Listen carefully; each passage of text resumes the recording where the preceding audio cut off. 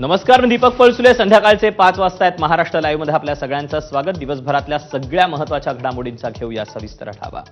राज्याचे कॅबिनेट मंत्री आणि छत्रपती संभाजीनगरचे पालकमंत्री संजय शिरसाट यांचे पुत्र सिद्धांत संजय शिरसाट यांच्यावर पत्नी असल्याचा दावा करणाऱ्या महिलेनं गंभीर आरोप केले होते. जान्हवी असं या महिलेचं नाव आहे. मात्र आता जान्हवी यांनी आरोप मागे घेत असल्याचं जाहीर केलं. मला हे प्रकरण वाढवायचं नाही, हे माझं वैयक्तिक प्रकरण आहे किंवा माझ्या नावानं कोणीही राजकारण केलं तर मी कायदेशीर कारवाई करेन, असं जान्हवी यांनी म्हटलंय.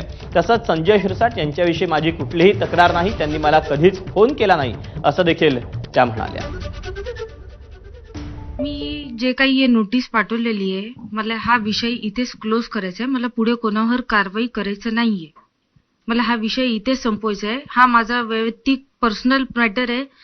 मी हा विषय आज इथे क्लोज करते. मला संपवायचा आहे हा विषय, मला पुढे वाढवायचा नाहीये. काय याच्या मागचं कारण काय? तुमच्यावर काय दबाव आहे का? कारण हे आहे की हे माझा पर्सनल मॅटर आहे आणि लोक हे मॅटर उचलून घेत आहेत. सर्वीकडे मीडियावर राजकारण होतंय. हो, राजकारण होतंय आणि हे माझा पर्सनल मॅटर आहे. मी कोणालाही या मॅटर मध्ये घेतलेलं नाहीये. तर हा माझ्या पर्सनल मॅटर मध्ये जे कोण हे मी क्लोज करते हा पूर्ण मॅटर. आज मी परत घेते आहे हा जो विषय. तुम्ही नोटीस पाठवली होती ती परत घेताय? हो, मी जी नोटीस पाठवली होती मी ती आज परत घेत आहे, पूर्ण वापस घेत आहे. मला कोणावर काही एलिगेशन करायचं नाही. नाही, मी हे माझ्या मनाने करते, मी स्वतः करते. माझ्यावर कोणाचा दबाव नाहीये. मी त्यांच्या सोबत आहे. मला त्यांनी आजपर्यंत मला काही परेशान केलेलं नाही. मला काही असं म्हणजे काही त्यांच्यापासून दबाव नाही. जे काही त्यांच्या मुलाचा माझा मॅटर होतं तो पर्सनल होता आणि हे आमचं घरगुती मॅटर होतं. हे वेगळंच होतं आणि हा विषय मी संपवलेला आहे. पण जे लोक जे याच्यामध्ये इन्व्हॉल्ड होत आहेत, ह्या मीडिया तो मीडिया हे सगळ्या गोष्टी करत आहे, ह्यानी मला प्रॉब्लेम होतोय. का की हा मॅटर मी कोणाला मीडियाला दिलेला नाही. मी आज एबीपी माझ्यामध्येच आज मी पहिलं माझी बाईट देत आहे, मी इंटरव्ह्यू देत आहे. याच्या अगोदर मी अजूनही कोणाला सांगितलेलं नाही. मी माझी कुठलीही तक्रार नसल्याचं ॲफिडेव्हिट हे कोर्टात लवकरच सादर करणार असल्याची माहिती देखील त्यांनी सांगितलेली. त्यामुळे आगामी काळामध्ये संजय शिरसाट यांच्यावर सातत्यानं जे राजकारणातले आरोप होऊ लागलेले आहेत ते आता थांबणार का हे देखील पाहावं लागेल. कॅमेरा पर्सन योगेंद्र गुप्तासह वैभव परब, एबीपी माझा, मुंबई. दरम्यान या महिलेनं नेमके काय दावे केले आहेत, हे प्रकरण नेमकं काय आपण जाणून घेऊया.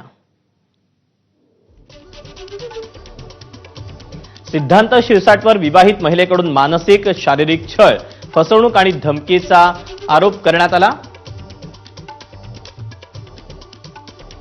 2018 मध्ये सोशल मीडियाच्या माध्यमातून यांची ओळख झाली. दोघांमध्ये ओळख झाल्यानंतर वारंवार शारीरिक संबंध झाले. चेंबूरमधल्या फ्लॅटवर वारंवार दोघांच्या भेटी व्हायच्या. 14 जानेवारी 2022 रोजी दोघांचं बौद्ध पद्धतीनं लग्न झालं. लग्नाचे पुरावे असल्याचा या महिलेनं दावा केला. सिद्धार्थनं महिलेचा जबरदस्ती गर्भपात करवून घेतला. लग्नानंतर सिद्धार्थच्या स्वभावात बदल झाला. चेंबूरच्या फ्लॅटमध्ये राहण्याची जबरदस्ती करण्यात आली. संभाजीनगरात येण्यास मज्जाव करण्यात आला. आधीच विवाहित सिद्धार्थचे इतर महिलांसोबतचे संबंध उघडकीस आले.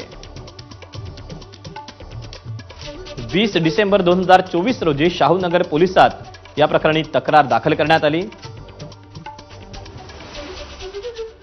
आणि संजय शिरसाट यांनी राजकीय वजन वापरून प्रकरण दाबलं, असा दावा, असा आरोप या महिलेनं केला.